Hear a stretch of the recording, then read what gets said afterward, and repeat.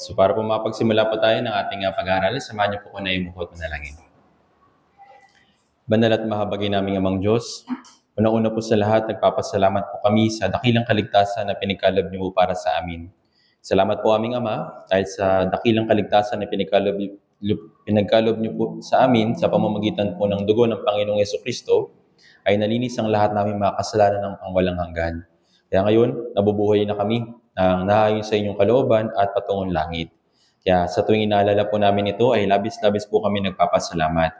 Higit pa doon, nagpapasalamat po kami sa patuloy po ninyong pag-iingat sa amin sa pamamagitan po ng church na kami yung inilagay dito po sa kalagitnaan ng iglesia upang matanggap pa ang higit pang biyaya para naman sa aming Christian life.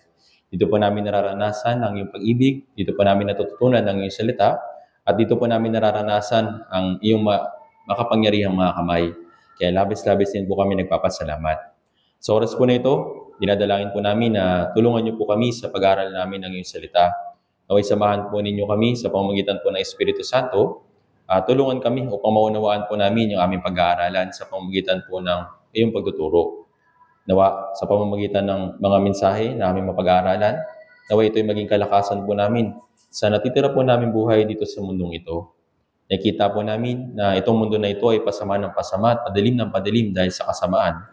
Kaya nawa aming Ama, tulungan niyo po kami upang sa natitira po namin buhay dito sa mundong ito, patuloy po kami magliwanag upang matulungan yung mga tao sa paligid po namin upang sila ay makarating sa katotohanan ng kaligtasan. Pagamat kami ay mahina, marami pa rin kakulangan at madali pa rin natatanginin sa libutan, pero naniniwala po kami na kayo po yung nag-iingat sa bawat isa po sa amin. Kayo po yung umahawak sa aming puso at kayo po yung nag-iingat. Ngayon naming Ama, dinadalangin din po namin yung mga brothers and sisters na maaaring papunta pa lamang sa lugar po na ito. Ingatan niyo rin po nawa sila at gabayan at naway tulungan niyo po sila na makapaganda ng kanilang puso.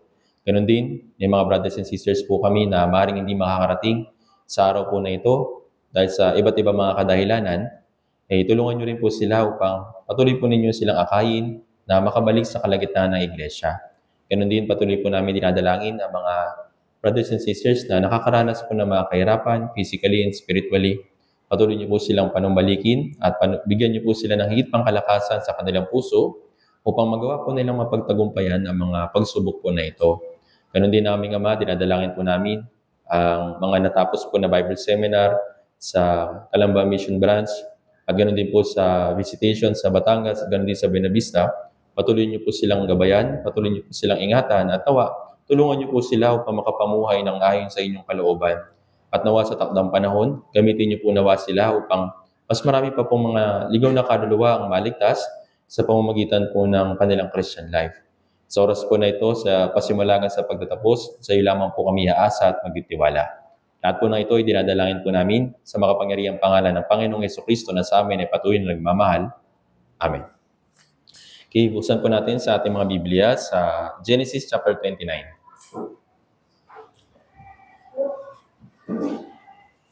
Genesis chapter 29, verse 16 hanggang 17.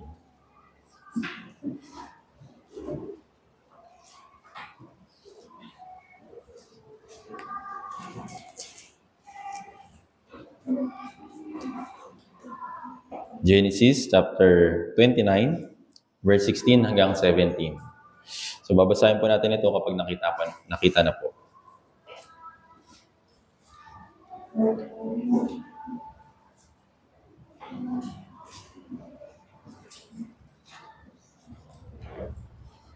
Okay, nakita na po. So babasahin po natin ito sa Old Testament po ito. Babasahin po natin itong dalawang verse na ito ng sabay-sabay at dahan-dahan. Pag nakita na, basahin natin ng sabay-sabay. 3, 2, 1. May dalawang anak na babae si Laban. Ang pangalan ng panganay ay si Leah at ang bunso ay si Raquel. Ang mga mata ni Leah ay mapupungay at si Raquel ay magandang kumilos at kalihalina. So muli magandang umaga po sa inyo. Kamusta po kayo? Masaya po, masaya. Okay, so sa biyaya ng Diyos dahil sa tulong niya at patuloy na pag-iingat sa atin, binibigyan tayo ng pagkakataon ngayon para magsama-sama at magtipon-tipon sa lugar po na ito para pakinggan ang kanyang banal na salita. So nagpapasalamat din po ako siyempre sa Diyos at sa mga brothers and sisters na tumulong, na nanalangin at nagsakripisyo para sa mga naganap natin ng mga schedules ngayong buwan. So alam ko po, nakakapagod, pero bagamat pagod yung katawan, pero sa puso natin, merong malaking kagalakan. Dahil po sa biyaya ng Diyos, naidaos po natin yung mga schedules po natin ng maayos at mabiyaya. Una-una po dun sa Buena Vista, bagamat malayo, pero may mga brothers and sisters pa rin po na nakibahagi at naniniwala din ako na nakatanggap sila ng biyaya. Ganon din sa Calamba, nagkaroon po ng Bible seminar last week lang. Naniniwala din po ako na meron po mga ligaw na kaluluwa na nakaunawa ng Ebanghelyo. Hindi dahil sa gawa ng tao, kundi dahil sa tulong po ng Diyos.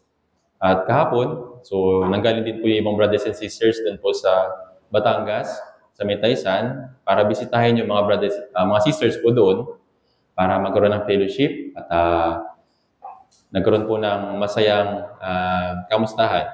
So sa pamamagitan po nito, matutulungan din natin yung mga brothers and sisters na makapagpatuloy sa kanilang Christian life kahit na medyo malayo. At yun nga, patuloy po natin silang idalangin, patuloy po natin silang isama sa prayers po natin dahil kailangan po nila yung tulong ng Diyos. Sila mahina pa at marami pa rin kulang. Pero sa tulong ng Diyos, yes, bibigyan sila ng higit pang kalakasan, unti-unti. Pero bagamat tayo malayo sa kanila, pero kaya silang abutin ng Diyos. Kaya silang abutin ng Diyos, tulungan ng Diyos, kung meron din tayong pagnanais na ipag-pray sila. Kaya sana, palagi niyo po silang isama sa inyong panalangin. So ngayon, pag-aaralan po natin yung talata dito po sa verse 16 hanggang 17. Last time, napag-aaralan po natin yung tungkol kay Leah at kay Raquel. So ito po yung second part ng ating pag-aaral. So last time, nakilala natin itong dalawang babae na ito na kumakatawan sa isang Kristiyano. Natutunan natin na si Leah, kahit na hindi siya maganda kagaya ng kapatid niya na si Raquel, pero dahil sa kanyang pananampalataya, nakatanggap din siya ng gantimpala mula sa Diyos. Si Raquel, kahit na siya ay maganda, kali-halina yung kanyang itsura o yung panlabas, pero nga, ay mas pinili niya yung mga bagay na panlabas, yung maganda, kaysa doon sa mga bagay na mabuti para sa kanyang Christian life. So ngayon, pagpapatuloy po natin yung kwento tungkol sa kanila at alamin natin, ano pa ba yung mga sabihin natin, aral, or sabihin natin na biyaya na matututunan po natin sa buhay po nila. So, nabuhay si Jacob kasama yung kanyang pamilya sa loob ng halos umabot ng 20 years.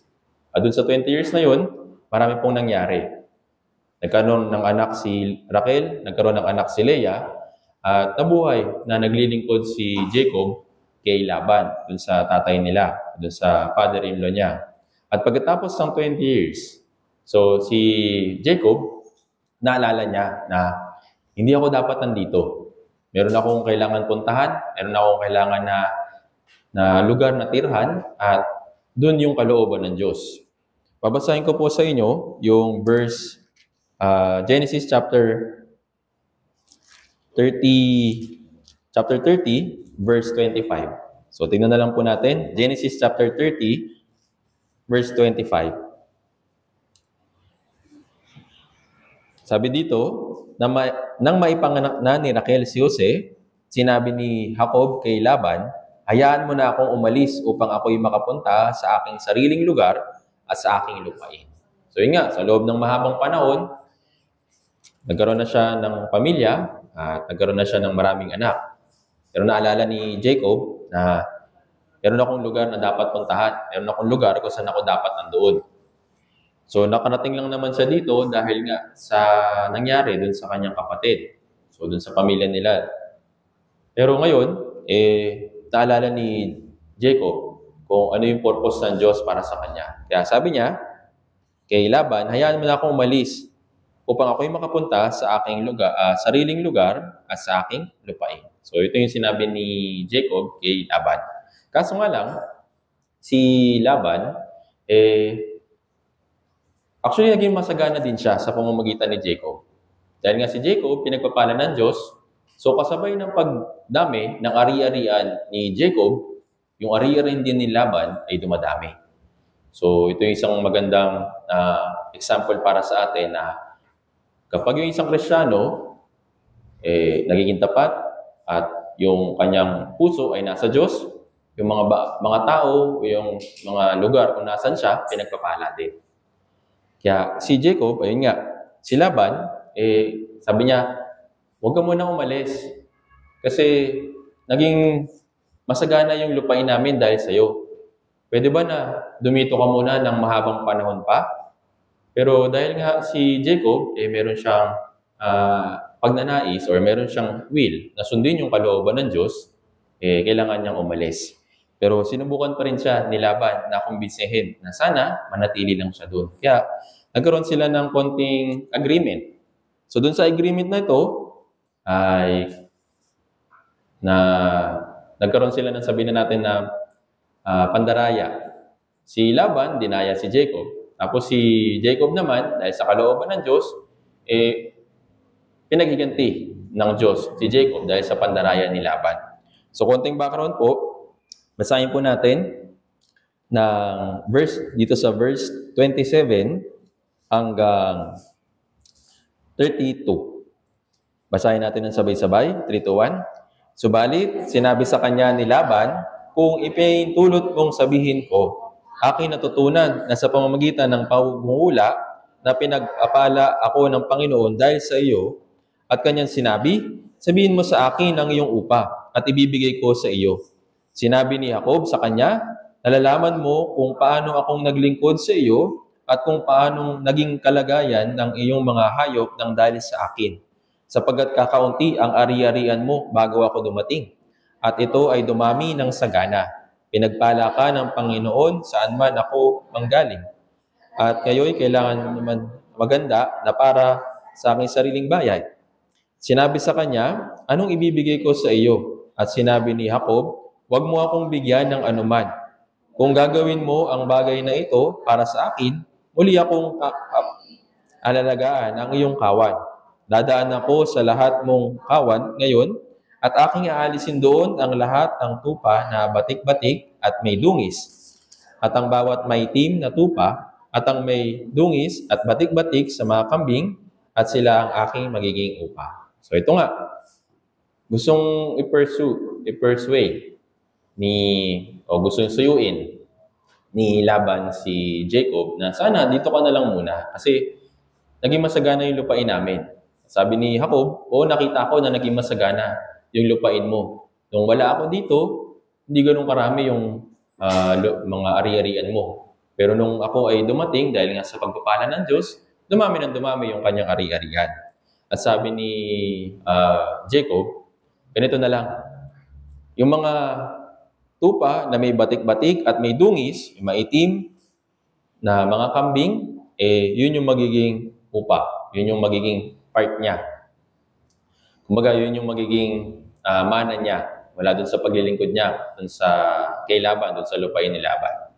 So, dun time po na ito, dahil nga si Laban, tuso, meron din siyang sariling diskarte para mas makuha na yung mga sigit kesa kay Jacob. Meron po siyang ginawa na ito nga yung pandaraya na ginawa niya para si Jacob, hindi mapunta kay Jacob yung mga ari-arian o sabihin natin yung mga kawan na naipon nila. Basahin natin dito po sa verse 35. Basahin natin sabay-sabay. Subalit, ng araw ding iyon, ibinukod ni Laban ang mga lalaking kambing na may batik at dungis at ang lahat ng babaeng kambing na may batik at may dungis.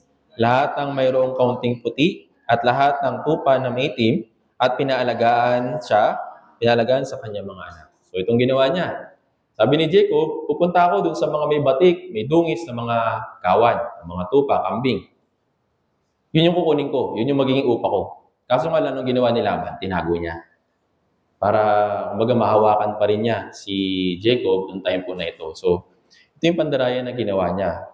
At sabi sa verse 36, siya'y nagtakda ng agwat na 3 araw na lakarin sa pagitan niya at ni Jacob, habang pinakain ni Jacob ang nalabi sa mga kawan ni Laban. So, imagine po ninyo, 3 days na lakarin. Malayo, malapit? Napakalayo po nun. So, gusto talaga ni Laban na manatili lang si Jacob dun sa poder niya. Kasi nga, mayroong pakinabang para sa kanya. Pero, siyempre, dahil nga ito ay pandaraya, ito ay hindi nakakalugod sa harapan ng Diyos. Karumal-dumal po ito. Kaya, gumawa yung Diyos ng paraan para yung pandaraya ni Laban kay Jacob mapalitan ng biyaya. So sa pamamagitan po nito, dito natin makikita na yung Diyos, yes, kahit na tayo bilang mga maliliit na Kristiyano, sabi natin mahihina, siya yung nag-iingat sa bawat isa sa atin. Siya yung nagbibigay sa atin ng mga bagay na kailangan natin at hindi talaga niya tayo pinapabayaan. Kaya dito natin makikita na bawat kilos, bawat sabihin na natin na paglakad natin sa Christian life natin, yung Diyos talaga binabantayan tayo. So dito po sa tagpo po na ito, babasahin po ninyo yung mga kasunod na verse, gumawa ng isang paraan si Jacob para yung mga kawan na batik-batik at may dungis, mapunta sa kanya. So, nandun na kay Laban, yung iba pa, yung mga nauna na kawan. Yung batik, may dungis, may puti-puti, sabihin natin hindi maganda. So, nandun na yun sa kanya. Pero, yung Diyos, iba yung paraan na ginawa niya para magkaroon ng mana si Jacob. So, dun sa natitirang mga kawan, nakakaunti. Yung may mga konting batik, konti lang yung mga may dungis, at yung iba na maayos at malinis, nagkaroon sila ng, nag-breed sila. So dahil sa breeding na yun, ang lumalabas palagi ay palaging may batik, palaging may dungis. So, dumami ng dumami yung hayop ng time po na yun, kaya yes, nakakuha si Laban ng para sa kanya, pero mas marami yung kay Jacob. Kaya sa pamamagitan po nito, ayun, mas dumami pa lalo yung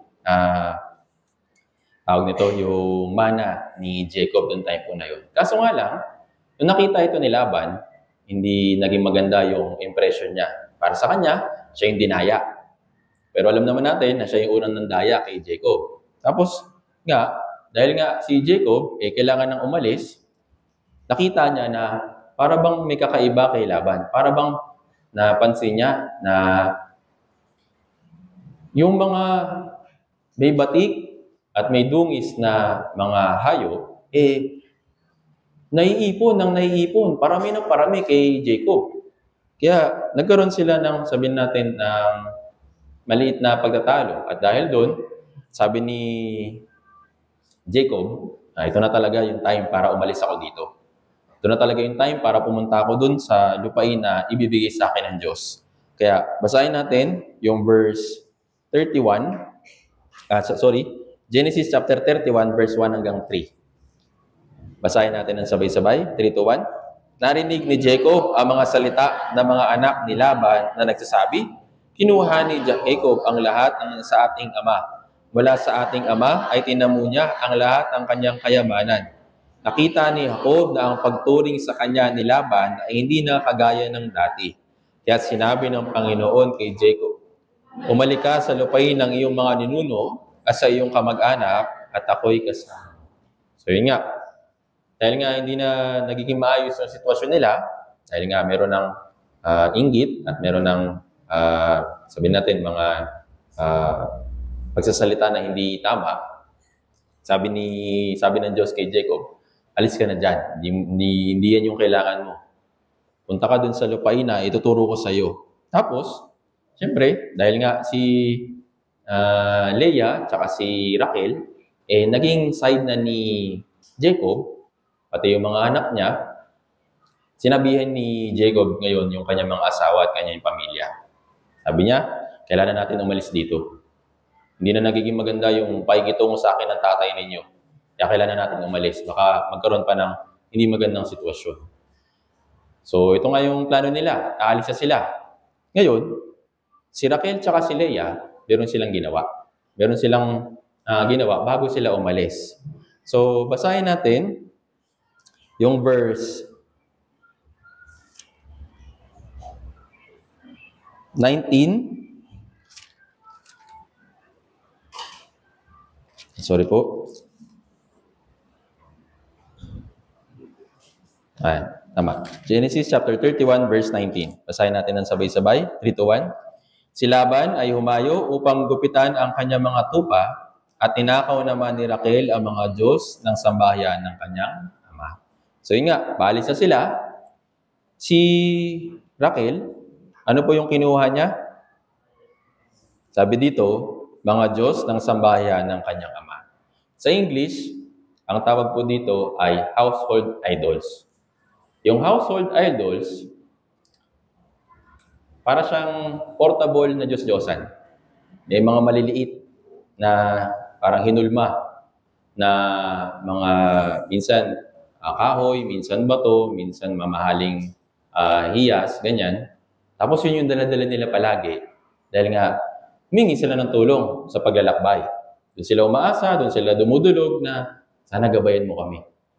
Parang sa panahon pa natin ngayon, di ba? Meron mga portable na Diyos-Diyosan. So, minsan nasa bahay, iba minsan nakasuot, iba minsan nasa bulsa. At yun nga, umaasa yung tao na dun sa ganong klaseng mga maliliit na Diyos-Diyosan. Pero nga, itong si Raquel, kinuha niya yung Diyos-Diyosan sa bahay nila. So alam niya na yung paglalakbay nila magiging mahirap. Kaya anong ginawa niya? Kailangan niya na humingi ng tulong. Kaso nga lang, sa maling paraan. So sa halip na umasa siya sa Diyos, sa kanilang paglalakbay, kanino siya humingi ng tulong? Dito po sa mga Diyos-Diyosan na ito. Ngayon, bakit ninakaw ni Raquel yung Diyos-Diyosan na ito? Bakit kaya niya ninakaw? Pag-isipan natin kung bakit kinuha ni Raquel ito pong Diyos-Diyosan po na ito. So, dito nga, alam natin na siyempre si Raquel, yes, sinulungan siya ng Diyos. Nung dumulog siya, nung nanghingi siya ng anak, binigyan siya. Inalala siya ng Diyos, bagamat siya ay baog. Nagkaroon siya ng anak na si Jose, di ba? Ngayon, bakit kinuha pa rin ni Raquel yung portable na Diyos-Diyosan? Dito po natin makikita na, oo, naniniwala si Raquel sa Diyos, pero kalahati lang. Yung kalahati sa Diyos, kalahati sa Diyos-Diyosan. Ang ibig sabihin po nito, double-minded faith. So sa mata ng Diyos, ito po ba ay mabuti o karumal-dumal? Karumal-dumal. Naintindihan po. Kung ikaw ay isang mananampalataya, kung ikaw ay isang naniniwala sa Diyos, dapat yung pananampalataya mo ay maging 100% sa Diyos. Naintindihan po. Para sa kaligtasan, ginawa ng Diyos yung kaligtasan para sa atin ng 100%. Meron ba tayong maidadagdag? Wala na. Tama po ba? Pero ano po nangyayari sa panahon po natin ngayon? Naniniwala sila sa kay Jesucristo, naniniwala sila sa dugo ni Jesus, naniniwala sila na napatawad na yung kasalanan nila, pero kailangan pa nilang dagdagan. Pero kailangan nilang maging masigasig muna para ba magkaroon ng conviction sa puso nila na talagang ligtas talaga ako. Kaya nagiging batay sa gawa nila, yung pananampalataya nila. Kung hindi sila magiging tapat, kung hindi sila nagiging masigasig, mahina yung faith daw nila. Pero yun ba yung faith na dapat nating, o yun ba yung pananampalataya na dapat natin magkaroon? Hindi. Tayo po ay dapat na magkaroon ng tunay na pananampalataya sa nag-iisang Diyos na buhay at kay Jesucristo na kanyang sinugo. Naintindihan po. Hindi natin kailangan yung sariling gawa, hindi natin kailangan yung sariling sigasig para sa kaligtasan. Tanging sa Panginoong Jesucristo lang. Naintindihan po. At nung tayo ay naligtas, yung buhay natin, yes, dapat pa rin na manatili sa nag-iisang Diyos na tunay at kay Jesucristo na kanyang sinugo. Sa buhay po natin, yes, marami tayong iba't ibang mga kahirapan. Pero ano po yung nais ng Diyos para sa atin? Matutunan na sa buhay natin, tayo ay 100% na magtiwala sa Diyos. Itong si Raquel, kabaliktaran. Umasa siya sa Diyos, yes, pero may dala-dala siyang mga Diyos-Diyosan. Ano yung aral na makukuha natin dito po sa tagpo po na ito? Yung double-minded faith, or sabihin natin double-minded na kaisipan o paniniwala sa Diyos ay karumal-dumal sa harapan ng Diyos. Yung 99% na paniniwala sa Diyos, yun po ay karumal-dumal sa Diyos. Naintindihan po? Yes, kahit na sabihin natin talagang dinededicate ng tao yung kanyang sarili para sa Diyos, pero umaasa pa rin siya sa kanyang sarili, umaasa pa rin siya sa sarili niya diskarte, hindi po yun pananampalataya. Nais ng Diyos na buong puso natin siyang mahalin, buong puso natin siyang paglingkuran, buo nating pagkatao. Naintindihan po? Sabi sa Deuteronomio chapter 6, verse 7, mahalin mo yung Diyos ng buong puso, buong kaluluwa, buong ikaw. Naintindihan po? Sa mga may mag-asawa po dito, okay lang po ba sa inyo na yung puso ng asawa po ninyo, kalahati sa iyo, tas kalahati sa sanlibutan, o kaya sa ibang tao, sa ibang lalaki, sa ibang babae? Papayin po ba kayo? Tama po ba? Kung gusto natin ipakita yung buong pag-ibig natin, kailangan dapat 100%. Naintindihan po. Hindi pwedeng kalahati. Hindi rin pwedeng 3/4. Hindi rin pwedeng 99.99%. Kailangan ay 100%. Naintindihan po. Itong si Raquel, ito yung isang malaking pagkakamali na ginawa niya. Kumuha siya ng Diyos-Diyosan na sana umasa siya sa Diyos sa kanilang paglalakbay. Umasa siya sa kanyang sariling sigasig. Naintindihan po. Pero ano pong sabi sa atin ng Biblia? Sa Kawikaan chapter 3, verse 5 hanggang 7. Sa Panginoon ay buong sikap ka magtiwala. Huwag ka manalig sa sarili mong pangunawa. Sa lahat ng iyong mga lakad, siya ay iyong kilalanin at itutuwid niya ang iyong mga landasin. Ito po yung nais ng Diyos. Buong pusong pagtitiwala. Naintindihan po. Tayo po, bilang mga Kristiyano dito po sa mundong ito, yes, marami nangyayari sa buhay natin, maraming mga pagsubok at maraming mga kapigatian na na-experience natin. Pero dun sa mga bagay na yon na nangyayari sa iyo, sa mo inilalagay yung pagtitiwala mo? Sa mo binibigay yung buhay mo? Saan mo inilalagay yung puso mo? Kailangan po natin suriin. Naintindihan po. Kahit na yes, naka-experience natin yung biyaya ng Diyos, kahit na yung tulong ng Diyos ay nakakarating sa atin. Pero yun nga, minsan, nilalagay pa rin natin sa tao, nilalagay pa rin natin sa sitwasyon, nilalagay pa rin natin sa ibang bagay yung tiwala natin. At hindi po ito maganda sa harapan po ng Diyos. Tingnan po natin ito. Isaiah chapter 48. Isaiah chapter 48, verse 17 hanggang 18.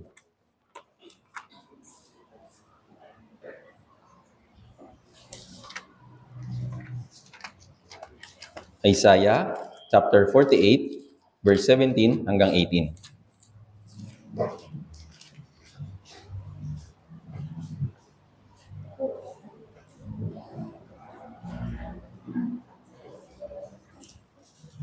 Basahin natin ng sabay-sabay. Isaiah chapter 48, verse 17 hanggang 18. Sa Old Testament po ito.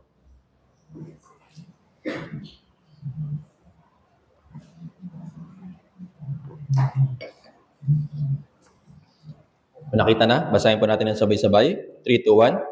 Ganito ang sabi ng Panginoon, ng inyong manunubos, ang banal ng Israel. Ako ang Panginoon mong Diyos na nagtuturo sa iyo para sa iyong kapakibot, na pumapatnubay sa iyo sa daan na dapat mong lakaran.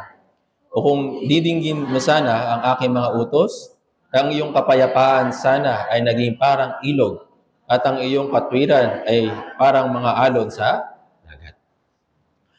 Sino po naglagay ng daan na dapat nating lakaran? Yung Diyos, yung Panginoon. Tama po ba? Anong kailangan natin gawin? Sabi dito, verse 18, kung dininig mo sana ang aking mga utos, ang iyong kapayapaan sana ay naging parang ilog. Doon sa daan na binigay sa atin ng Diyos, nandun po yung kapayapaan, nandun po yung biyaya, nandun yung kaluwalhatian para sa atin. Naintindihan po. Anong kailangan natin gawin? Sumunod. Yun yung lakaran. Naintindihan po. Bakit? Kapag nilakaran natin ito, ano yung pangako ng Diyos? Yung kapayapaan sa iyo ay magiging kagaya ng parang ilog. Alam niyo po yung stream, ilog, na umaagos?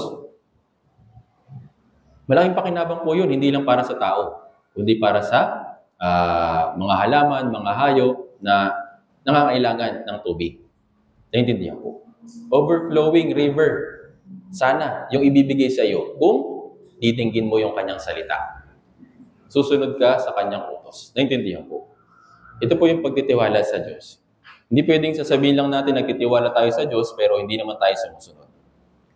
Kabaliktaran po yun. Naintindihan po. Sinasabi ng bibig natin, mahal ko yung Diyos.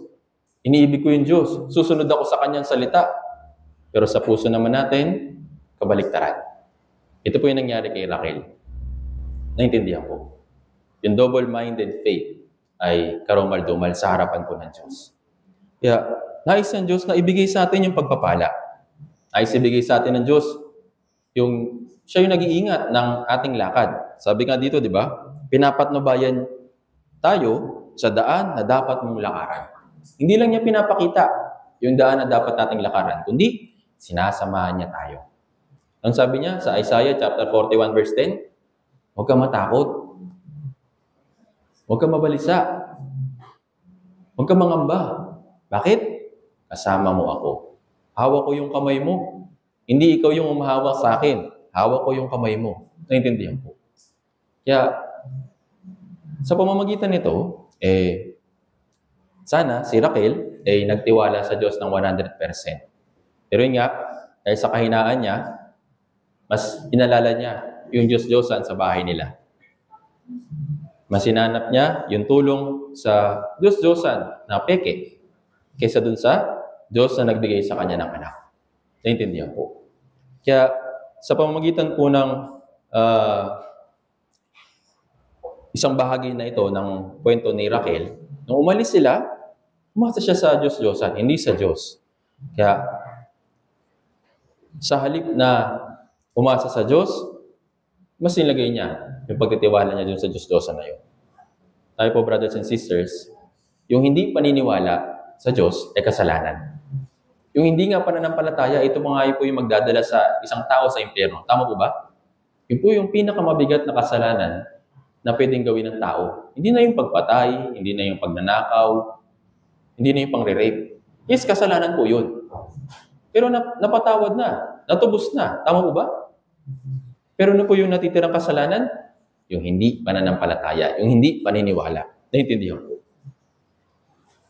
Kung tayo, maglalagay ng pagtitiwala sa Diyos ng kalahati or 3/4 or kahit na 99, ito rin po ay kasalanan. Naintindihan po. Tingnan po natin ito. Bilang 14, verse 33.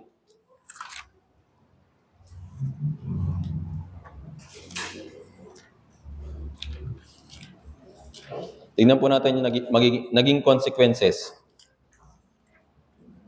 Magiging consequences dahil sa hindi pananampalataya. Bilang chapter 14, verse 33.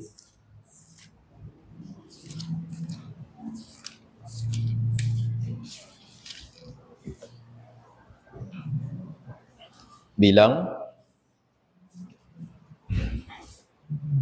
chapter 14, verse 33. Kung nakita na po, basahin natin ng sabay-sabay. 3 to 1.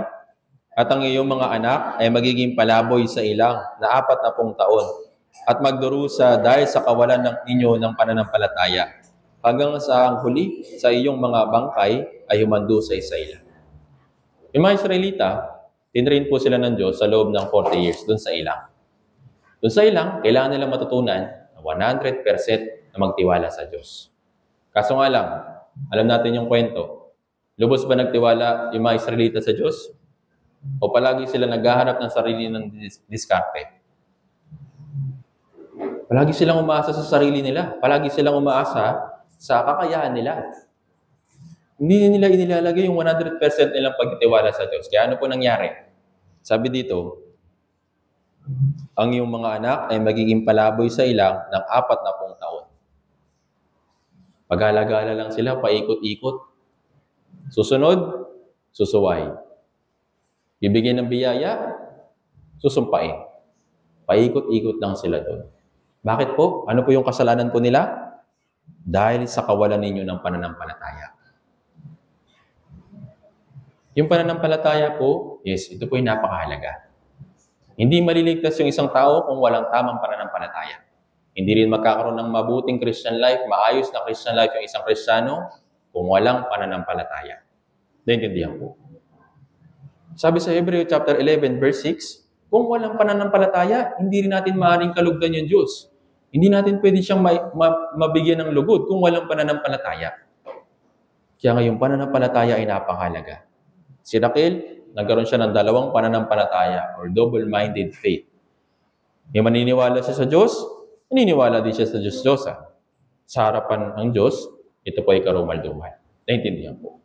At sa panahon po natin ngayon, hindi lang po mga hindi ligtas yung nagkakaroon ng dalawang puso na pananampalataya. Minsan, tayo rin bilang mga Kristiyano, minsan nahuhulog din sa ganitong klaseng kasalanan. Naglilingkod sa Diyos, pero sa ibang araw, naglilingkod sa sanlibutan. Kaya nasabi ko po kanina, hindi po ito kalugod-lugod sa harapan ng Diyos. Anong sabi ng Diyos sa Mateo chapter 6 verse 24? Tingnan po natin. Mateo chapter 6 verse 24.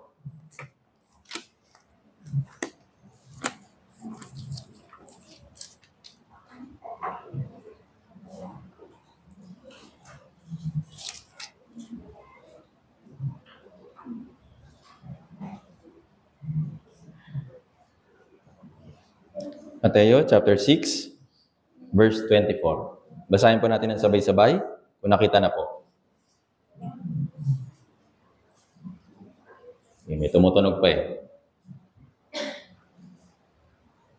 Sa New Testament naman po ito. Mateo chapter 6 verse 24. Basahin po natin ng sabay-sabay. 3, 2, 1. Wala makapaglilingkod sa dalawang Panginoon, sapagkat kapupuotan niya ang isa at iibigin ang ikalawa. O magiging tapat siya sa isa at hahamakin ng ikalawa. Hindi kayo makapaglilingkod sa Diyos at sa kayamanan. So kahit po sa panahon po ni Jesus, binanggit po niya sa mga apostol, hindi kayo pwedeng maglingkod sa dalawang Diyos. Either sa isa, dun sa dalawa na yon, isa paglilingkuran mo, isa hahamakin mo. Hindi pwedeng sabay, hindi pwedeng balanse. Naintindihan po, hindi pwede. Eh sabi dito, hindi kayo makapaglilingkod sa Diyos at sa kayamanan. Hindi lang naman po sa kayamanan. Sa ibang mga bagay dito sa sanlibutan, marami tayong nagiging ibang Diyos sa halip na sa Diyos. Yung sa kayamanan is common yung mga bagay na yan dito sa sanlibutan. Kasi kailangan nga ng budget, kailangan nga ng pera. Pero kung ikaw ay papakaalipin lang sa pera, hindi po ito maganda. Hindi ka pwede maglingkod sa dalawang Diyos. Kailangan mong mamili. Sino paglilingkuran mo sa buhay mo? Diyos o yung kayamanan? Kung yung kayamanan, kapuputan mo yung Diyos. Kung yung kayamanan naman, kung yung Diyos naman, yung susundin at yun naman yung magiging sentro mo, yung pera, magiging kaputan. Naintindihan po. Hindi pwedeng dalawa. Pero dahil nga sa pangangailangan natin, dahil sa katawan natin, minsan, yun nga, nahati yung ating puso. Kailangan natin kumita ng pera, kailangan natin magtrabaho. Opo, kailangan yun. Pero hindi po yun yung mahalaga. Ano po yung mahalaga? Yung pananampalataya mo. Yung faith po, hindi po yan natutumbasan ng anumang halaga ng pera. Nais ng Diyos na matutunan mo yung bagay na ito. Nais ng Diyos na matutunan natin na yung pananampalataya ay dapat nakatuon sa Diyos. Hindi nakatuon sa mga bagay ng sanlibutan. Naintindihan po. Maring iba iniisip, pwede kaya yun? Pwede kaya na hindi maglingkod sa pera at 100% ng maglingkod sa Diyos? Actually, pwede po. Meron po mga tao na gumawa po nun. Tinalikuran nila yung mga bagay dito sa sanlibutan para lang sa Diyos. Basahin po ninyo yung Hebreo chapter 11. Kay Moises, yes, may kayamanan na siya dun sa Egypt. Prince of Egypt siya, di ba? Pero sa halip na samahan or puntahan o manirahan dun sa Egypt, anong pinili niya? Pinili niya yung kapulungan ng Israel. Pinili niya yung kapulungan ng Diyos. Tinanggihan niya lahat ng mga bagay na meron yung sanlibutan, yung meron yung Egypt, para lang sa Diyos. Kaya ba inisip, parang hirap naman, kailangan po namin mabuhay. Opo, naiintindihan ko. Pero wag na wag mong ilalagay yung puso mo sa sanlibutan. Wag na wag mong ilalagay yung puso mo sa mga bagay ng sanlibutan. Kaya palagi pong ingatan yung puso. Naiintindihan po. Hindi lang si Moises, si David, si Apostol Pablo, yung mga naunang Kristiyano sa atin, yes, ginawa po nila, sinikap nila na matutunan yung pagtitiwala sa Diyos ng 100%. Naiintindihan po. Hindi pwedeng paglingkuran yung kayamanan at paglingkuran din yung Diyos ng sabay. Tanging dapat sa Diyos lang. Naintindihan po. Minsan, hindi lang naman kayamanan yung inilalagay natin sa ating puso. Minsan, kapamilya. Minsan dahil sa kapamilya, hindi na natin nagagawa na alalahanin yung ating pananampalataya. Basahin po natin ito. Mateo chapter 10, verse 37.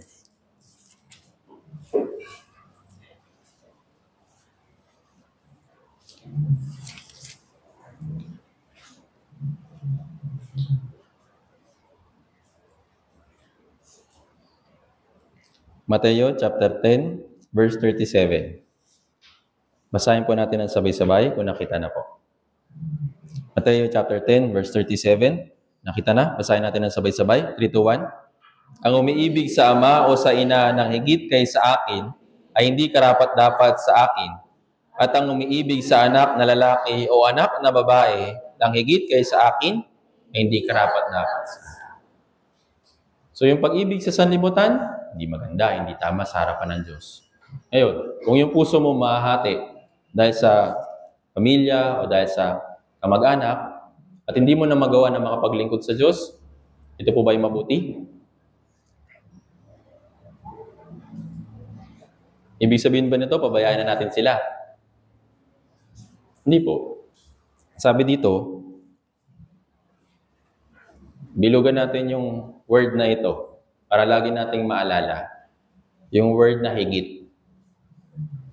Hindi naman sinabi ng Diyos na wag mo silang ibigin. Naintindihan po? Anong sabi ng Diyos?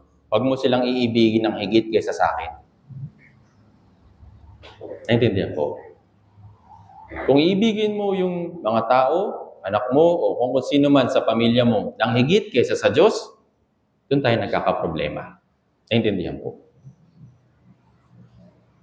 Yes, hindi tayo sinabihin ng Diyos na wag silang ibigin. Pero ano pong sabi ng Diyos? Hindi sila yung dapat na masigit kaysa sa akin. Naintindihan po? Pero nga minsan, sa kabilang banda, dahil sa kahinaan natin, alam naman natin itong verse na ito. Alam naman natin na ito ay nakalagay sa Biblia. Pero, yun nga, sa iba't ibang sitwasyon, mas pinipili natin yung ating pamilya. Mas pinipili natin kapalit ng Diyos kaysa sa ating pamilya. Pero para hindi po kayo mahirapan, palagi po ninyong tatandaan. Yung mga bagay na yun na ibinigay sa iyo ay training para luwalhatiin yung Diyos. Sa pamamagitan ng mga bata na yan, sa pamamagitan ng mga apo na yan, sa pamamagitan ng pamilya na yan, pwede mong luwalhatiin yung Diyos. Paano? Ibigin siya ng masigit. Hindi pwedeng baliktad. Naintindihan po. Kung ibigin natin sila ng masigit, ano sabi dito? Hindi tayo magiging karapat-dapat para sa Panginoon. Ibig sabihin, yung kaluwalhatian na sana ibibigay sa atin, hindi natin makukuha. Bakit? Kasi inibig natin yung iba kaysa sa Diyos. May karangalan sana na gustong ibigay sa iyo ng Diyos. Pero mas pinili mo yung, sabi natin, pamilya, kaya sayang. Naintindihan po. Dahil nga inibig ng mga tao sa panahon natin ngayon yung kanilang pamilya, parang hindi na sila makagalaw sa buhay nila dahil sa mga bata, dahil sa kanilang mga anak. Kaya nakakalungkot. Ewan ko naalala pa po ninyo dun sa sermon ng Fathers and Mothers Group. Sino ba yung dapat na maging sentro ng pamilya? Yes, yung Diyos. Sunod sino? Tatay. Sunod sino? Nanay. Pangilan yung anak? Panghuli. Tama po ba? At sa panahon po natin ngayon, ayun, mas nagiging sentro yung kanilang anak, nagiging sentro yung kapamilya nila. Kasi sabi nila, biyaya ng Diyos. Opo, biyaya po yun. Pero alam niyo po, yun ay biyaya ng Diyos. Kaya sana, huwag sanang maging sumpa iyon para sa iyo. Kailan nagiging sumpa? Yung kapamilya natin sa atin. Kapag yung puso natin, nahahatap dahil sa kanila. Kung yung puso natin, mas nagtutuon kaysa sa kanila, kaysa sa Diyos, doon sila nagiging sumpa sa atin. Naintindihan po? Kaya tayo minsan hindi makausad sa Christian life natin kasi yun nga, masyado tayong maraming inaalala. Bakit di natin ito gawin? Ito po, tip lang. Kung unahin mo yung Diyos, naniniwala ka ba na yung Diyos yung bahala sa pamilya mo?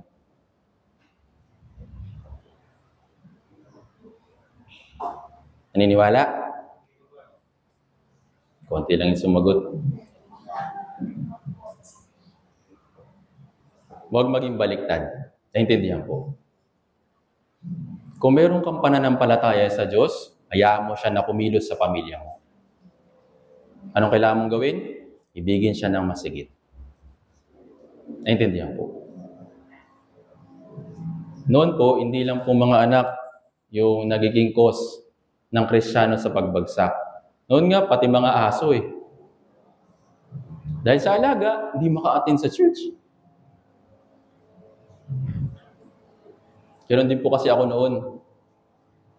Nung mahina pa po ako sa pananampalataya, yan dalawang bagay na yan, yung nagpatisod sa akin. Kaya alam niyo po kung ano nangyari?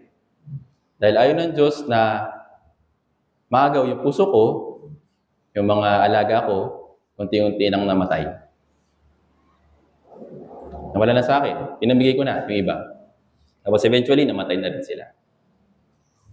Kaya, naalala ko, o nga no, ayaw ng Diyos na maagaw yung puso ko ng ibang bagay. Kaya kahit na yung mga alaga ko noon na manamahal namin, pati sila binawi. Kaya masakit po sa akin ito noon, pero naiintindihan ko na kung hindi sa akin nangyari yun, parang yung puso ko palagi pa rin naaagaw. Naagaw ng sanlibutan, naagaw ng pamilya, naagaw ng ibang bagay dito sa mundong ito. Pero hindi ko po sinasabi na hanggang ngayon, yung puso ko para sa Diyos pa rin. Yes, mahina pa rin po ako, natatangay pa rin ako. Pero sinisikap ko, pinagpipray ko, natulungan ako ng Diyos. Na sana, yung pananampalataya ko, hindi mailagay sa tao, hindi mailagay sa kung anumang sitwasyon, at sana wag maagaw yung puso ko ng ibang bagay. Sabi dito, sino mang umibig sa kanyang ina, ama o ina, nang higit kay sa akin, ay hindi karapat-dapat sa akin. Yung mga nauna pong apostol na tinawag ni Jesus Christ, kung mahalaga para sa kanila yung pagkain, hindi sila susunod sa Diyos. Tama po ba?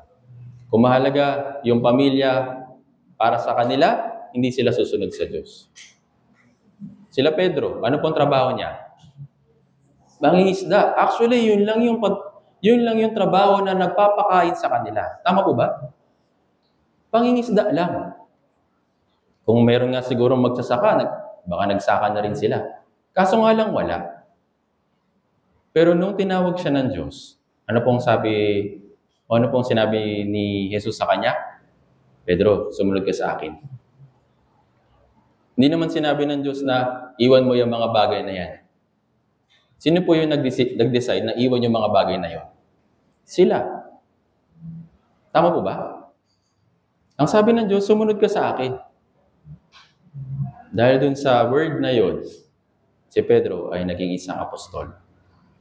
Dahil sa salita na sumunod ka sa akin, yung karangalan ni Pedro ay napakamaluwalhati. Naintindihan po. Pero nga, sabi ng banda, yung faith natin ay kailangan na lumago sa ating Christian life upang makarating tayo sa ganitong klaseng kalagayan. Tingnan po natin ito. Josue chapter 24. Isa pa pong example. Josue chapter 24, verse 15.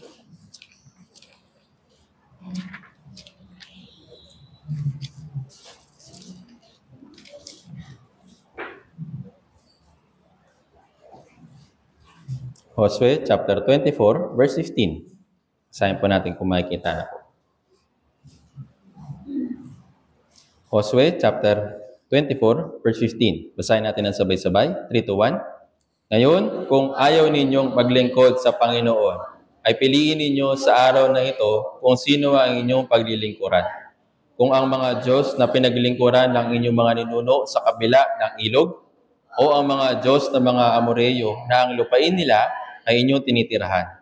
Ngunit sa ganang akin at sa aking sambahayan, kami ay maglilingkod.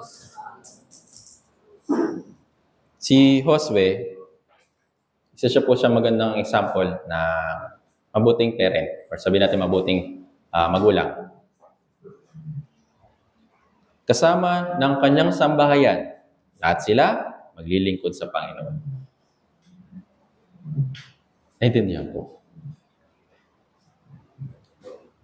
Kaya sabi ni Josue sa kanila, ngayon, mamili kayo.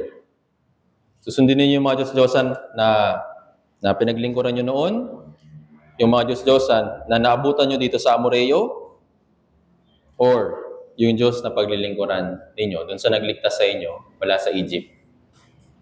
Yung nagtawid sa inyo dun sa dagat na pula. Sino? Kay Josue, sabi niya, kasama ng pamilya ko, kami maglilingkod sa Diyos. Meron po siyang pagnanais, meron siyang will. Naintindihan po. At ito po yung dapat na maging will natin. Pero, sa kabilang banda, ano po naging sagot ng mga Israelita? Basahin natin yung verse 16. Basahin natin sabay-sabay, 3-1. At ang taong bayan ay sumagot, malayo nawa sa amin na aming pabayaan ang Panginoon upang maglingkod sa ibang mga. So sila, nagkaroon din sila ng will. Nagkaroon din sila ng pagnanais. Dahil sa will ni Josue. Kaya mahalaga po yung will ng isang tao sa harapan ng Diyos. Kung yung will mo para maglingkod sa Kanya, tutulungan Kanya. Pero kung yung will mo ay umasa lang sa sarili mo, umasa sa mga bagay dito sa sanlibutan, hihintayin Kanya hanggang sa yung puso mo magbago. Naintindihan po. Ito pong mga Israelita na ito, sabi nila, malayo nawa sa amin na aming pabayaan ang Panginoon upang maglingkod sa ibang mga Diyos. So ito yung naging will nila. Kaya sa pamamagitan po nito, makikita natin na yung puso nila, yung will ay nanggagaling sa pagnanais na maglingkod sa Diyos na nagligtas sa atin. Unlike ni Raquel. Naintindihan po.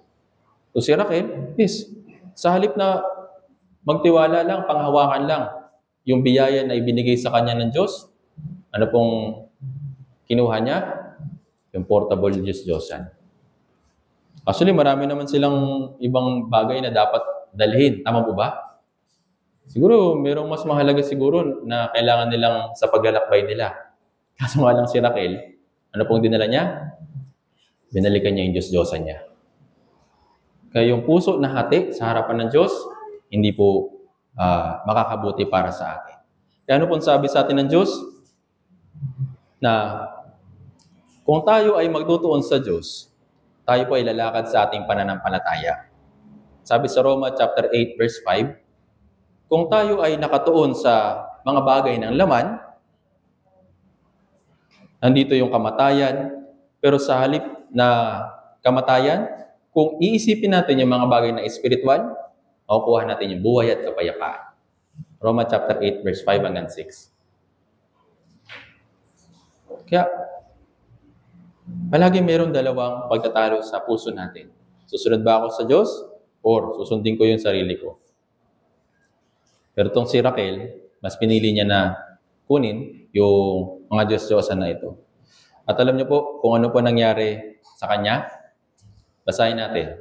Balikan natin sa kwento po ni Raquel. Genesis chapter 35. Genesis chapter 35, verse 16 hanggang 20. Ito po yung naging ending niya.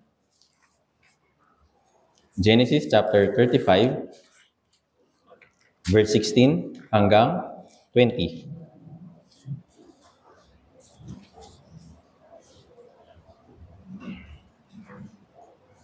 Genesis chapter 35, verse 16 hanggang 20. Kung nakita na po, basahin po natin ng sabay-sabay. 3, 2, 1.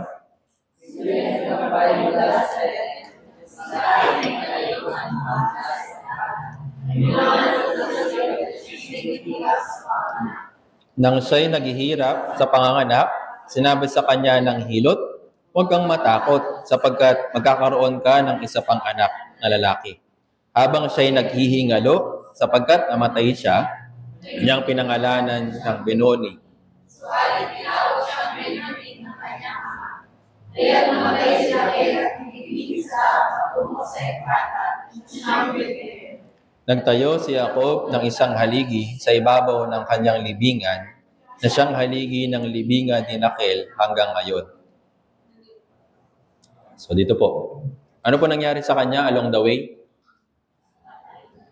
So nagkaroon siya ng labor at sa kasamaang palad, namatay siya. Pero hindi lang yun yung tragic na nangyari sa kanya. Dito po, meron pong binanggit na lugar kung saan siya nilibing. Sabi po dito, sa verse 19, kaya't namatay si Rachel at inilibing sa daang patungo sa Ephrata na siyang Bethlehem. Along the way, doon siya nilibing. Kaya, yung karangalan sana na makukuha ni Rachel kung nagtiwala sa Diyos ng 100%, hindi niya natanggap. Ngayon, tignan naman natin kung anong nangyari kay Leah. Si Leah, yes, physically, hindi siya maganda. Hindi siya kagaya ng kapatid niya na si Rachel. Mahina rin siya, mababa siya, talagang hamag talaga siya. Pero itong si Leah, meron siyang lubos na pagtitiwala sa Diyos. Meron siyang pagnanais na hingin yung tulong ng Diyos palagi. Meron siyang pagnanais na panghawakan yung pangako ng Diyos. Hindi siya umasa doon sa Diyos-Diyosan ng bahay nila, ng tatay niya. Tanging sa kahilingan niya na mahalin lang siya ng asawa niya, yun lang yung pagnanais niya. Wala siyang ibang inisip. Hindi niya inisip kung ano yung mga bagay na dadali niya. Para sa kanya, ang gusto lang niya, ibigin siya ni Jacob. Naintindihan po. Ngayon, sino na lang yung magkasama? Jacob tsaka si Leah. At nung time po na yun, nag-iba na yung paikitungo ni Jacob kay Leah. Sino po yung unang minahal ni Jacob? Si Rachel. Tama po ba? Kasi nga maganda, kahali-hali na yung itsura niya. Kaso nga lang, yung ending niya, hindi naging maganda. Itong si Leah, yes, ito na lang yung kasama ni Jacob nung time po na ito. At si Leah, hindi po siya isang simpleng babae lang. Yes, physically, siya ay hamak, siya ay sabihin natin mababa, mahina, ganyan. Pero yung kanyang puso ay napakaganda. Noong time po na sila ay naglalakbay, si Jacob matanda na. Tapos si Jacob, pilay na noong time po na yun. Diba, alala po ninyo yung kwento na nakipaglaban siya, nakipagbuno siya sa isang anghel. Tapos, nilinsad yung balakang niya, kaya pilay na siya. Noong time po na ito, yun yung kalagayan ni Jacob. Pero si Leah, hindi yun tinignan. Si Leah nanatili nakasama ni Jacob kahit na mahirap yung sitwasyon ni Jacob. Pilay, tapos matanda na. Hindi niya iniwan si Jacob. Dahil nga, meron siyang pag-ibig na dalisay para sa kanyang asawa. At dahil doon, sa pag-ibig na ito, naging maluwalhati yung ending niya. So, ano bang klaseng babae si Leah? Si Leah, yung isa sa tinutukoy sa Kawikaan chapter 31, verse 10. Siguro yung mga sisters, kabisado ito. Ano po yung nakalagay doon? Sige, para makita ng mga brothers, tignan na rin natin. Kawikaan chapter 31, verse 30.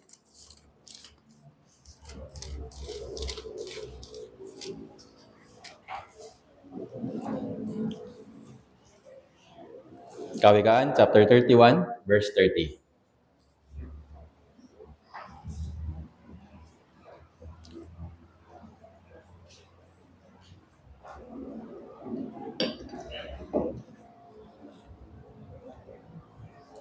Basahin natin ng sabay-sabay, sisters at brothers. Basahin po natin lahat. 3, 2, 1. Ang alindog ay madaya at ang ganda ay walang kabuluhan.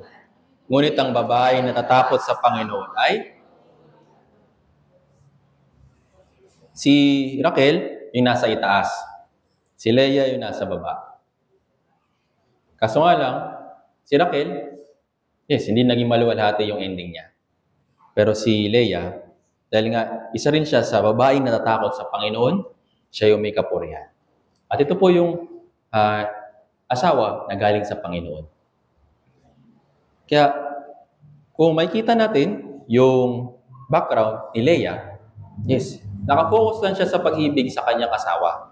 Nakafocus lang siya na paglingkuran yung kanyang asawa. Nakafocus lang siya dun sa ibinigay sa kanya ng Diyos na asawa. Kahit na mahina si Jacob, kahit na pilay siya nung time na yon, kahit na matanda na siya nung time po na yon, pero si Leah nanatili sa kanya. Naintindihan po. Ito po yung kagandahan sa panloob. Yung panlabas, yes, lumilipas yan. Sabi nga dito, walang kabuluhan. Pero yung mga tao o mga babae na natatakot sa Panginoon, sila ay may kapurihan.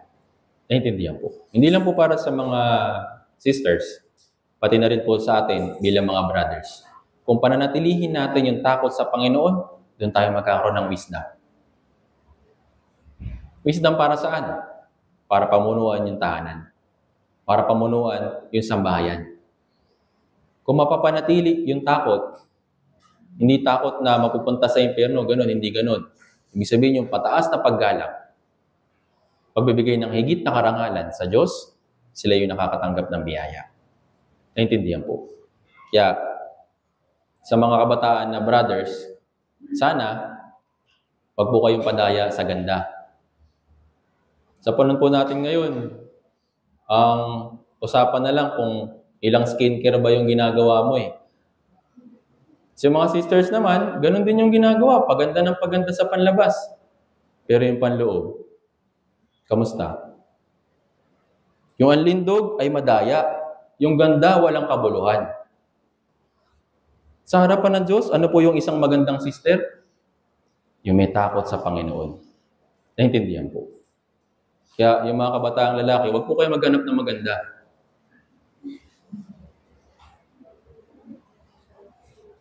Naintindihan po?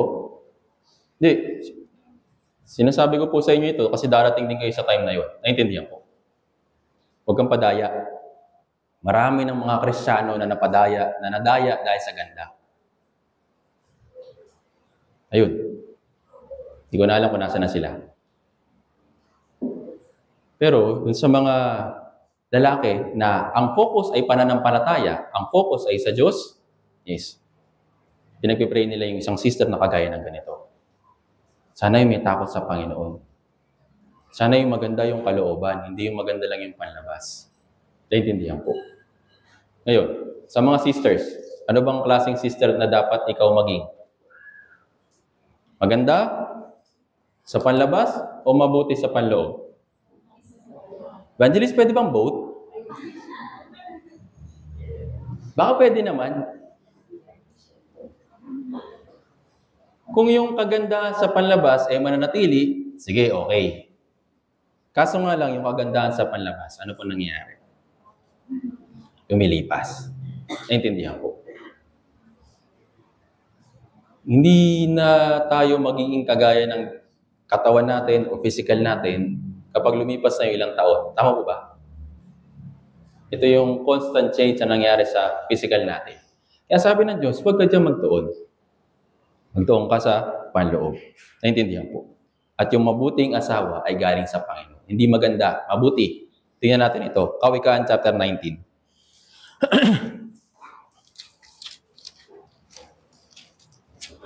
Kawikaan chapter 19 verse 14.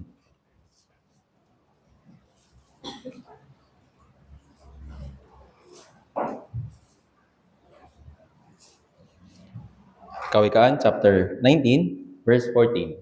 Nakita na po, basahin po natin ng sabay-sabay. 3, 2, 1. Bahay at kayamanan ay minamana sa mga magulang, ngunit galing sa Panginoon ay asawa ng prudent wife.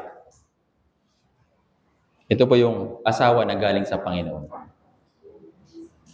So, kung dadating na kayo dun sa point na pinapahintulutan na kayo ng Diyos na bumuo ng pamilya, sana, bago tayo magkaroon ng ganong klaseng pamilya, alalahanin natin na sa harapan ng Diyos, dapat manggaling yung babae na may katalinuhan. Yung prudent wife. Intindihan po. Yung prudent wife, hindi po galing ito sa pamilya, hindi po ito galing sa pagpapalaki ng mga magulang. Kanino po siya galing? Sa Panginoon. Naintindihan po. Kaya si Leah is Siya po ay galing sa Panginoon para kay Jacob. Si Raquel, yes, maganda siya sa panlabas. Pero sa panloob, ang mas maganda ay si Leah. Naintindihan po. Yes, kahit na mahina siya, kahit na marami siyang kakulangan, physically hindi siya maganda. Yung mata niya, hindi malinaw, malabo. Pero ganun pa man, meron siyang takot, meron siyang pananampalataya sa Diyos. Naintindihan po. At dahil doon, nakatanggap siya ng karangalan. Tignan natin yung kaibahan kung saan siya nilibing. Tignan po natin ito, Genesis chapter 49.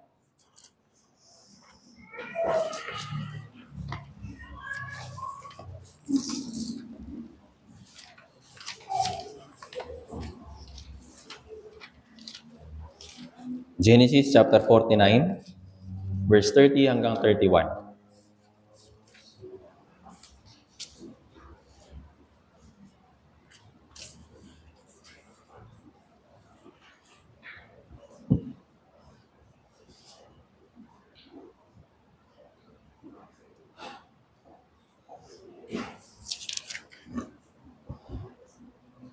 Basahin po natin, Genesis chapter 49, verse 30 hanggang 31. Basahin natin sabay-sabay, 3, 2, 1. Sa yungib na nasa parang ng Macpela, na nasa tapat ng Mamre, sa lupain na nasa Kanaan, ang parang na binili ni Abraham kay Ephron na Heteo upang maging libingan. Doon nila inilibing si Abraham at si Sarah na kanyang asawa, at doon nila inilibing si Isaac at si Rebekah na kanyang asawa, at doon ko ililibing si... Sino po kasama ni Leah sa libingan? Si Abraham, si Sarah, si Isaac, si Rebekah. Sino po sila? Mga taong may pananampalataya. Tama po ba? Para siyang libingan ng mga bayani. Ganun yung karangalan ni Leah. Tama po ba? Kasama siya ng mga tao na may tapat na pananampalataya, na nabuhay sa pananampalataya. Unlike kay Raquel, saan siya nilibing?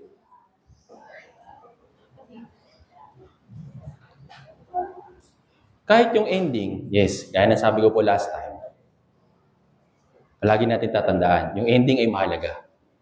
Naintindihan po? Hindi yung umpisa. Doon sa ending mo, doon sa ending ng bawat isa sa atin ay dapat maging maluwalhati. Itong si Leah, nakuha niya yon. Bakit? Umasa siya sa Diyos ng 100%. Hindi siya umasa doon sa Diyos-Diyosan ng tatay nila. Hindi niya yung kinuha. Ang gusto lang niya, ibigin yung kanyang asawa, paglingkuran yung kanyang asawa, sambahin yung Diyos na pinaniniwalaan ng kanyang asawa. Yun po yung pananampalataya. Kaya si Leah, inilibing kasama ng mga taong may pananampalataya. Nandun yung karangalan para sa kanila. Naintindihan po. Hindi po ito simpleng mga tao lang. Si Abraham, si Sarah, si Isaac, tsaka si Rebekah. Kahit po sa panahon po natin ngayon, kung masisearch po ninyo, yung libingan ni Leah, ginawan po siya ng parang monument. Pero yung libingan po dito sa Macpela, ginawan po siya ng isang parang tawag doon. Basta malaking gusali. Nandun sila lahat. Tapos naging tourist spot po siya. Yung sa libingan ni Leah, isa lang po siyang maliit na parang, ano ba tawag doon? Isa maliit na parang, hindi ko ma-describe eh. Basta meron silang structure na ginawa doon. Kaya dito natin makikita na yung mga taong nabubuhay sa pananampalataya, yes, hanggang sa sila ay mamatay, isinasabuhay nila yung pananampalataya po nila. Si Leah ay napabilang sa libingan ng mga taong may nabuhay sa pananampalataya. Si Raquel, simpleng libingan siya inilibing. Pero si Leah, magkaiba. Ngayon, pag-isipan natin, bakit nagkaroon ng kaluwalhatian si Leah? Siya po ay single-minded para sa Diyos. Sa Diyos na nakatuon. At ito po isa sa sekreto sa ating Christian life. Hindi sa dami mong alam na Bible verse, hindi sa dami mong alam na sermon, o hindi rin sa dami ng alam na mga topic sa Bible or kwento sa Bible o kaya tao sa Biblia, hindi yung pamumuhay natin na nakasentro sa Panginoon, ito po yung mabuti sa paningin niya. Yung mga bagay na yun na ginagawa natin, pagbabasa, pagpapipray, pagpapellowship, yun po isang tool, isang kasangkapan para mabuhay ka para sa Panginoon. Naintindihan po. Kaya yung pamumuhay sa pananampalataya, yes, ay napakahalaga. Ngayon, paano po tayo makakapamuhay sa pananampalataya kagaya ni Leah? Sa Awit 16 verse 8, lagi mong ilalagay yung Panginoon sa iyong harapan. Hindi siya pwedeng sa likod, hindi rin siya pwedeng isang tabi. Kung gusto mo na maging mabiyaya yung Christian life mo, palagi mong ituon yung puso mo sa Diyos. Kaya nga sa Hebreo chapter 12 verse 2, ano pong sabi? Pagmasdan natin palagi si Jesus. Look unto Jesus. Yun po isang sikreto sa ating Christian life. Kaya minsan, marami tayong distraction na na-experience kasi sa iba't iba tayo tumitingin. Minsan sa kahirapan, minsan sa mga tao, minsan sa sitwasyon. Yes, hindi po natin maiwasan yun. Pero, sa kabila nun, ano ba yung pamumuhay sa pananampalataya? Nakatuon pa rin yung puso mo sa Diyos. Naintindihan po. Tingnan po natin ito. Ikalawang Korinto, chapter 5, verse 7.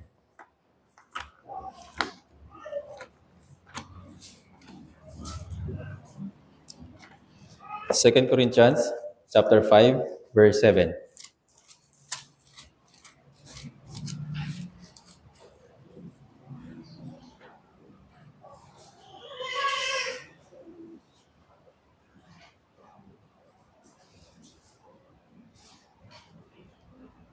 Kalawang Korinto chapter 5, verse 7. Basahin po natin ng sabay-sabay. 3 to 1.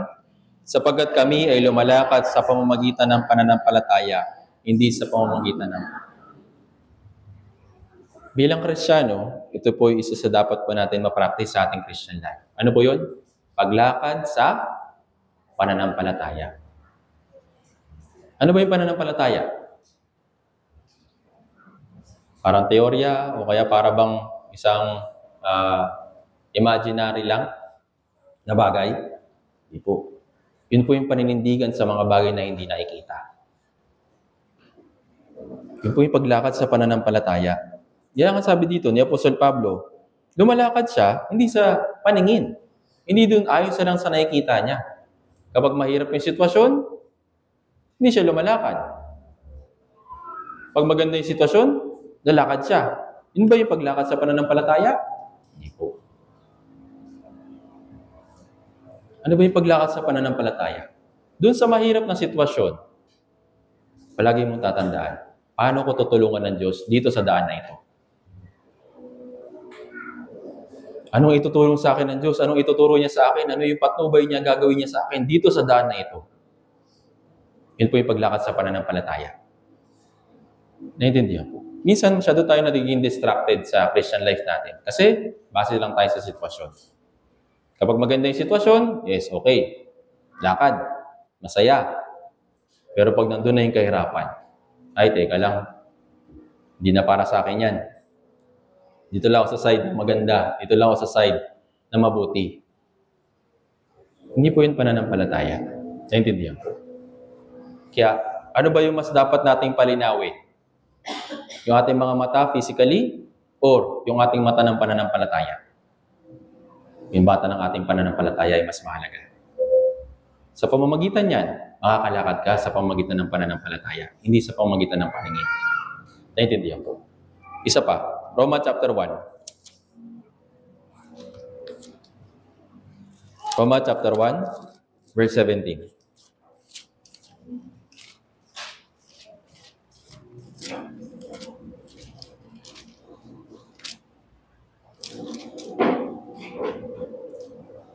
Roma chapter 1, verse 17. Kung nakita na po, basahin po natin ng sabay-sabay. Roma chapter 1, verse 17. Basahin po natin ng sabay-sabay. 3 to 1. Sapagkat dito ang katwiran ng Diyos ay nahahayag mula sa pananampalataya hanggang sa pananampalataya. Kaya na nasusulat, ngunit ang taong matuwid ay mabubuhay sa pamamagitan ng pananampalataya. Sabi dito, mula sa pananampalataya hanggang sa pananampalataya. Lumakad tayo na may pananampalataya. Mabuhay ng may pananampalataya. Walk by faith, not by sight. Naintindihan po. Kung paiiralin mo lang lagi yung paningin mo, marami kang distraction na makikita. Itong mundo na ito, hindi nga nagiging maayos, nagiging mabuti.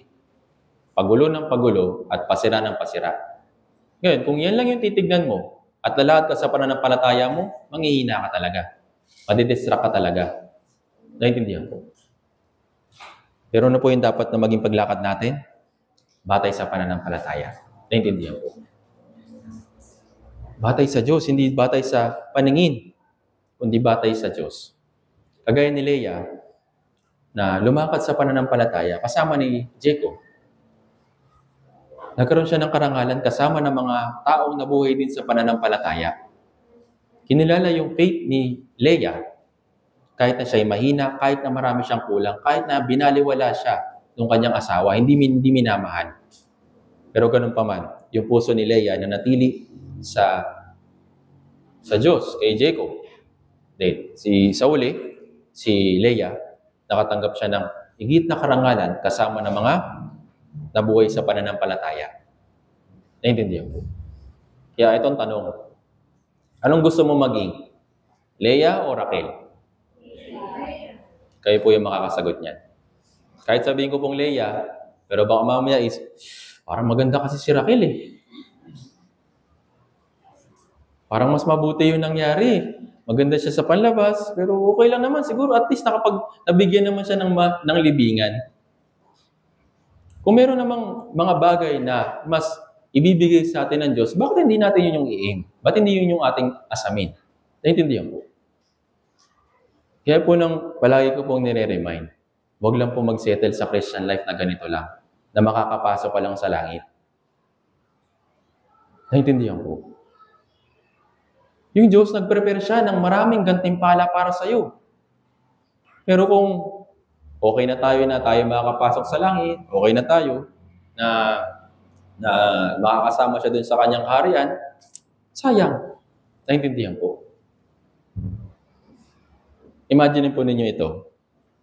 Di ba sa school, maraming estudyante, pareho-pareho sila ng suot.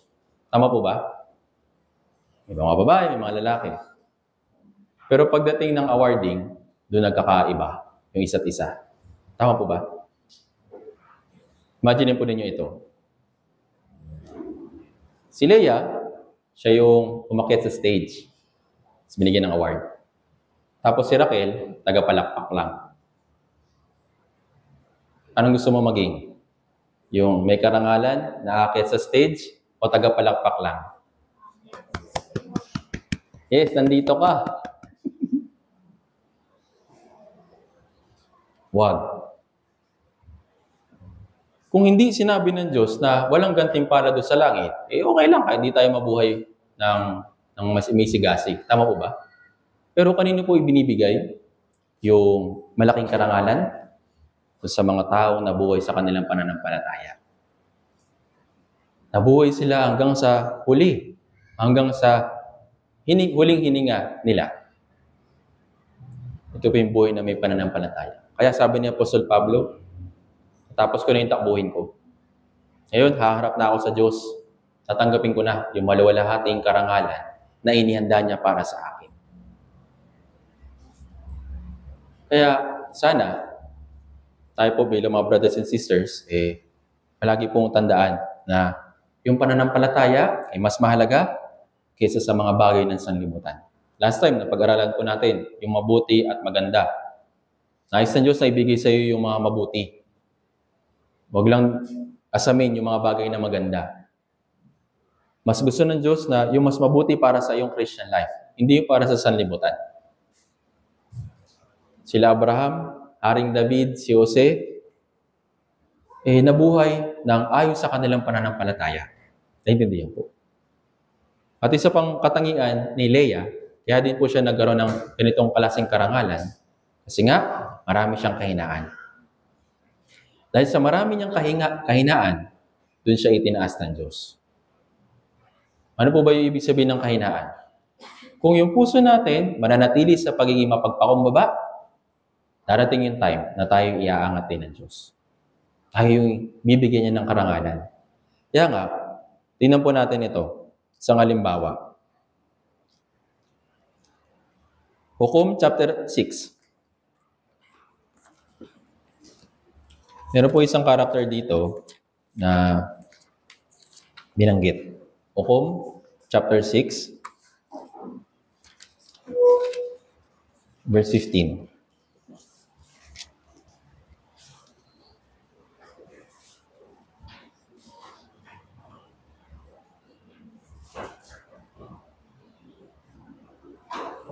Basahin po natin mula verse 15 hanggang 16. Basahin natin sabay-sabay. 3, 2, 1. Sinabi niya sa kanya, "Ngunit Ginoo, paano ko maililigtas ang Israel?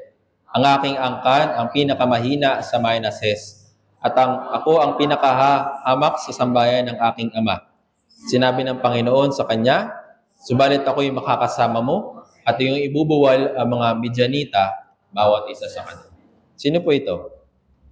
Si Gideon. Si Gideon, yes, alam niya na sa kanyang sarili, wala siya. Kulang, hindi sapat, maliit, pinakahamak. Pero dahil sinamahan siya ng Diyos, nagawa niyang talunin yung mga Midyanita. Ilan po sila na nakipaglaban? Actually, 22,000 sila lahat. Imagine po ninyo, 22,000 na hukbo. So, yun po yung pinadala. Kaso nga lang doon sa 22,000, naging 10,000. Naging less. Kasi yung iba, natakot, bumalik. Tapos doon sa 10,000 na yun, sinubok pa rin sila ng Diyos. Yung 10,000 soldiers, binigyan ng test ng Diyos. Kung sino yung iinom, gamit yung kanilang mga kamay, makakasama.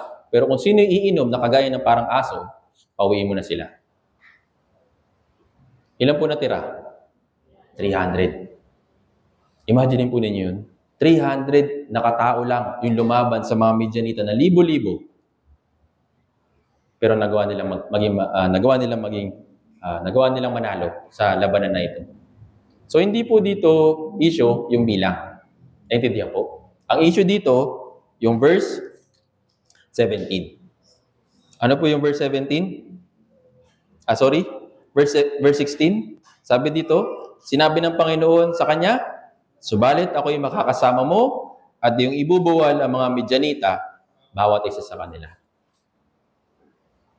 Dahil sa Panginoon na sumama kay Gideon, nagawa niyang talunin yung napakaraming mga Midyanita. Naintindihan po. Kaya, same din, para tayo magkaroon ng, maluwalhati, magkaroon tayo ng karangalan, palagi nating pagpakumbabain yung ating puso. Dahil sa mga mapagpakumbaba, sabi sa Santiago chapter 4 verse 6, nagbibigay siya ng biyaya. Pero dun sa mga sumasalungat at mapagmataas, wala. Naintindihan po. Kaya naman, si Leah, ito po yung naging puso niya. Yung puso siya na naging papagpakumbaba, hindi kagaya ni Raquel na umasa sa kanyang sarili, umasa sa mga Diyos-Diyosan.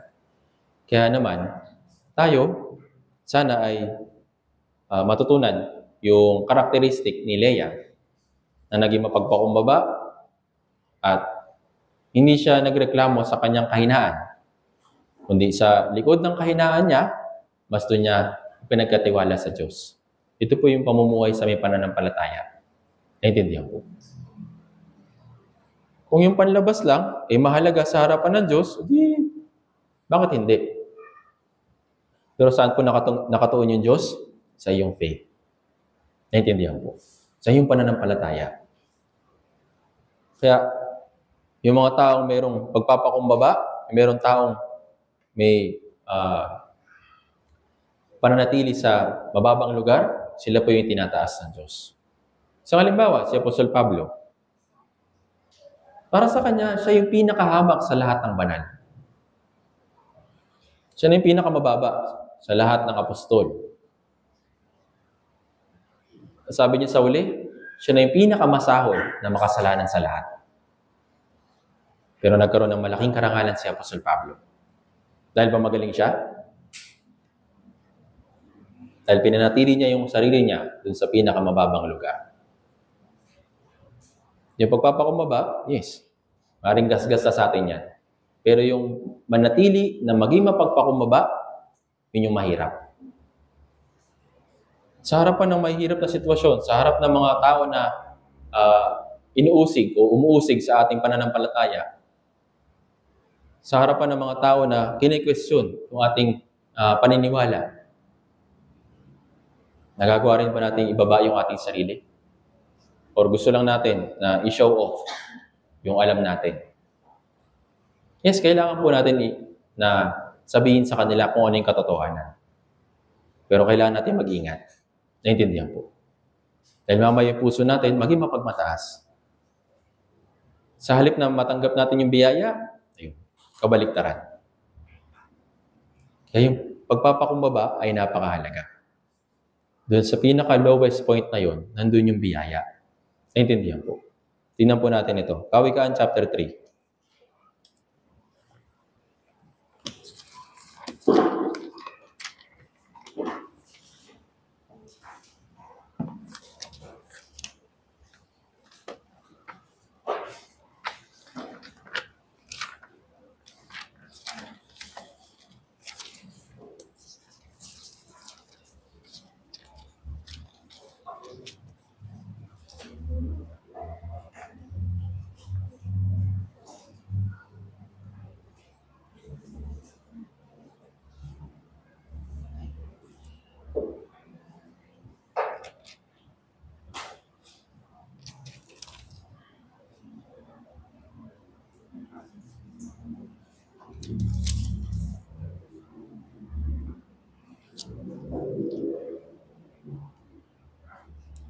Basahin po natin mula verse 13 hanggang 17.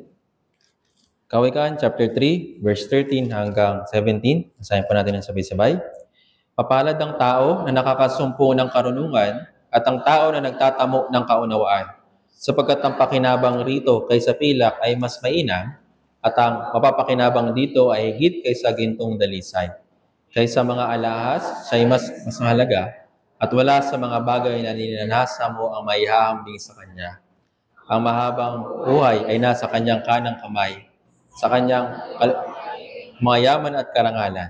Ang kanyang mga daan ay mga daan ng kaligayahan at ang lahat ng mga landas ay kapayapaan. Sabi dito, mapalad daw yung tao na nakakasumpong ng karunungan at kaunawaan. Pero paano tayo makakasumpong ng karunungan at kaunawaan? Sa pamamagitan ng pagpapakumbaba. Naintindihan po. Kaya yung mga nabasa po natin, so yung daan ng kaligayahan, yung landas ng kapayapaan, may kaaliwan, may yaman at karangalan, lahat po ito, andun sa daan ng karunungan at pagkaunawa. Pero para magkaroon ka ng kaunawaan at pagkaunawa, palagi merong pagpapakumbaba. Naintindihan po. Kung gusto natin na magkaroon ng dila na naturuan, kailangan magkaroon muna tayo ng tenga na natuturuan. Naintindihan? Hindi pwede lang maraming sinasabi. Hindi, dapat handa ka rin na matuto, handa ka rin na tumanggap. Naintindihan po. Sa mga tao na yun, pinapapakumbaba yung kanilang sarili, yes, sila natututo. Sila nakakatanggap ng kaunawaan. At ano po yung resulta? Sila may kaligayahan, may kapayapaan, may liwanag, may kaaliwang, at yaman at karangalan. So lahat po ng ito, nanggagaling sa puso na mapagpakumbaba. Kaya sana po, brothers and sisters, bagamat hindi naging maganda yung panlabas ni Leah, na kagaya sa atin, nawa yung ating puso at ating pananampalataya ay mas lalong masigit na lumago pa dahil nandito po yung malaking karangalan na ibinigay kay Leah. Kaya nawa bawat isa po sa atin ay isabuhay kung paano nabuhay si Leah nang tuloy-tuloy hanggang sa dumating yung Panginoon. Siya ay umasa sa Diyos ng 100%. Hindi na siya basta umasa. pinanghawakan niya yung pangako ng Diyos. Nanatili siya sa side ni Jacob kahit na mahirap yung kanyang sitwasyon. Pwede naman siyang umalis, pwede naman siyang maghanap ng ibang asawa. Pero nanatili siya para makita yung kapangyarihan na gagawin ng Diyos kay Jacob. Kaya sa pamamagitan po nito, sana tayo po bilang mga Kristiyano hanggang sa dumating yung Panginoon ay patuloy na maisabuhay yung ating pananampalataya. Pananampalataya na mayroong kapakumbabaan at pagtitiwala sa Diyos. Tayo pong lahat ay umuot manalangin. Banal at mahabagin naming Amang Diyos, nagpapasalamat po kami unang-una po sa lahat sa dakilang kaligtasan na pinagkaloob niyo po para sa amin. Salamat po aming Ama na patuloy po ninyo kaming ginagabayan sa pamamagitan po ng inyong salita. Ayun po yung napag-aralan po namin yung buhay tungkol po kay Raquel at kay Leah. Nawa aming Ama, patuloy po ninyo kaming tulungan na makapamuhay ng ayon sa pananampalataya, hindi po ayon sa aming paningin. Tulungan niyo po yung puso po namin na hanapin ang mga dakilang bagay spiritually at wag ituon yung aming puso sa mga bagay na mula sa sanlibutan. Tulungan niyo po kami upang yung puso po namin ay patuloy po maging mapagpakumbaba at tulungan niyo po kami na yung puso po namin ay makatanggap ng biyaya at karunungan para sa natitirang buhay namin dito sa aming Christian life. Aming Ama, may pinaghahandaan po kami na iba't iba pang mga gawain, lalong-lalo na para sa Youth Bible Camp. Dinadalangin po namin na huwag gamitin niyo po yung bawat isa po sa amin, lalo na po yung mga kabataan, para makapag-imbita ng mga ligaw na kaluluwa sa paligid po namin. Tawa ito pong panahon po na ito ay gawin po ninyong makabuluhan para sa mga kabataan sa panahon po namin ngayon, at may tulungan niyo po at gabayan sila upang malaman po nila kung ano yung kaligtasan. Ganun din, mayroon po kayong pinaghahandaan na mga Bible seminars para sa Cell Group 2. Ganun din para sa mga iba pang Bible seminars para sa ligaw na kaluluwa na ginagawa sa buong Pilipinas.